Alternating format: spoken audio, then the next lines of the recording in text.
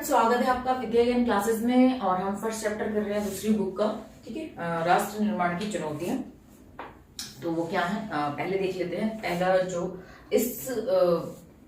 जो पहला आपका पेज है, पहला ही पेज है ना, नहीं, जो थर्ड पेज नंबर है उसमें 3 पैराग्राफ हैं। तो पहले पैराग्राफ में क्या दिया है कि हमारा देश 1947 के 14-15 अगस्त के मध्य रात्रि को हमें आजादी मिली।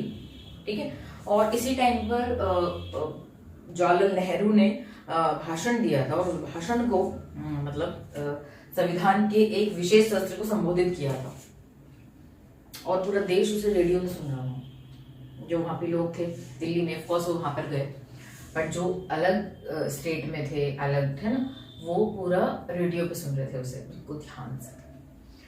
तो ऐसा था।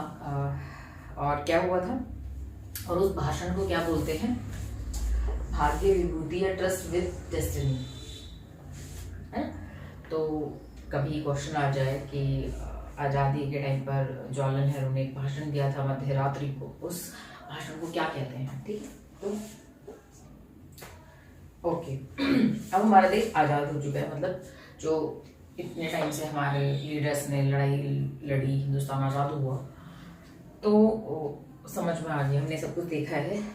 बट बहरहाल तो आपकी बुक कह रही है कि 2 बातों की सबकी सहमति थी। बहुत सारे मतभेद भी होते थे, ठीक है, बट 2 चीजों में सबकी सहमति थी। जो थे उनकी भी, जो नहीं थे, जैसे बहुत सारे लोग शहीद हो चुके थे ना, उनकी भी।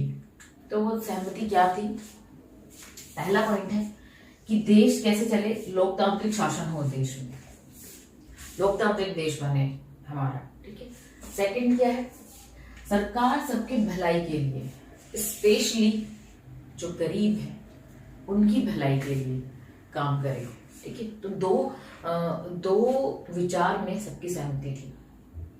ठीक है, तो एक तो ये चीज, जो गरीब है, कमजोर है, उनके लिए खास ख्याल रखें। लास्ट लाइन है, देश अब आजाद हो चुका था और आजादी से जुड़े इन सपनों को साकार करने का वक्त आ चुका था। ठीक है, ओके, आपको एक और चीज समझा दूं, ये पहला पैराग्राफ ऐसा क्यों है, ताकि एक माइंडसेट बने कि हम किस टाइम पर हैं। हम टाइम पर हैं, अपने देश की आजादी के टाइम पर है, तो उसी टाइम को थोड़ा सोच के इस चैप्टर को पढ़ना। आज के टाइम को सोच के मत पढ़ना, ठीक है, तभी चीजें कनेक्ट कर पाओगे, समझ पाओगे, एब्जॉर्व कर पाओगे। ओके, तो मैं उसी फील्ड में हूँ इस टाइम पे। लास्ट पैराग्राफ है इस पेज का, थर्ड पैराग्राफ। वो क्या कह रहा है, वो कह रहा है कि हमारा देश बड़ी कठिन परिस्थितियों में आजाद हुआ था, क्योंकि हमें आजादी के साथ विभाजन मिला था। विभाजन ऐसा कि इस ऐसी स्टेज पे ना, जो हमारे देश की स्टेज थी आजादी के टाइम पर, ऐसी स्टेज में कोई भी देश आजाद नहीं हुआ कभी भी। इतनी त्रासदी, इतनी हिंसा, इतना विस्थापन और लोगों का, और इतना बुरा हाल कि कुछ कहा नहीं जा सकता, कुछ समझा नहीं जा सकता। हम सिर्फ कल्पना मात्र कर सकते हैं, जिसपे वो चीज होती है ना, एक्चुअली वो बहुत हिला देने वाली है ना। कुछ मूवी हमने डायरेक्ट देखा भी है, तो ऐसा तो बहुत बुरा हाल। ठीक है, पर एक चीज बोली है इसमें कि आज आजाद हिंदुस्तान को इन्हीं परिस्थितियों में अपने बहुविधि लक्ष्यों को, जो दूर तक चलने वाले लक्ष्य हैं, उनको हासिल करने की यात्रा शुरू करनी पड़ी, ऐसी कंडीशन में भी। और जो हमारे लीडर्स थे उस टाइम पर, जो मौजूद थे हमारे नेता, वो जो राष्ट्र की चुनौतियां थी ना, जो उस टाइम पे कंडीशन चल रही थी, उन्होंने उससे वो भटके नहीं। जो उनका फोकस था ना, वो फोकस बना रहा, उनको किसी चीज ने डगमगाया नहीं।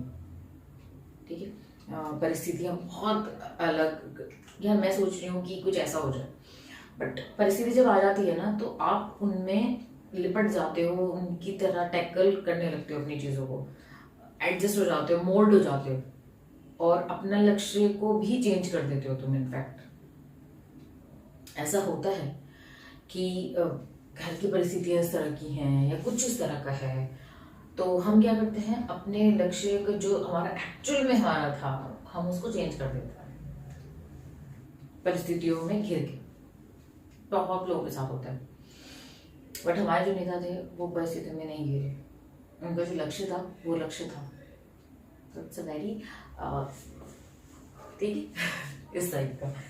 तो ठीक है, वो पढ़ेंगे क्या लक्ष्य थे और चुनौतियाँ। तो 3 चुनौतियाँ, लक्ष्य को हम इतना अभी नहीं देख रहे हैं लक्ष्य को, ऑफकोर्स, क्योंकि जो लक्ष्य थे वो हमारे सामने हैं।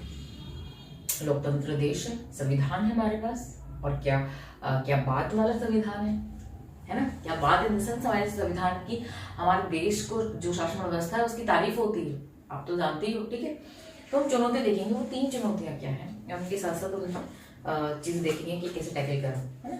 3 चुनौतियां अगले वीडियो में। तब तक के लिए देखते रहें, पढ़ते रहें, टेक केयर, थैंक यू।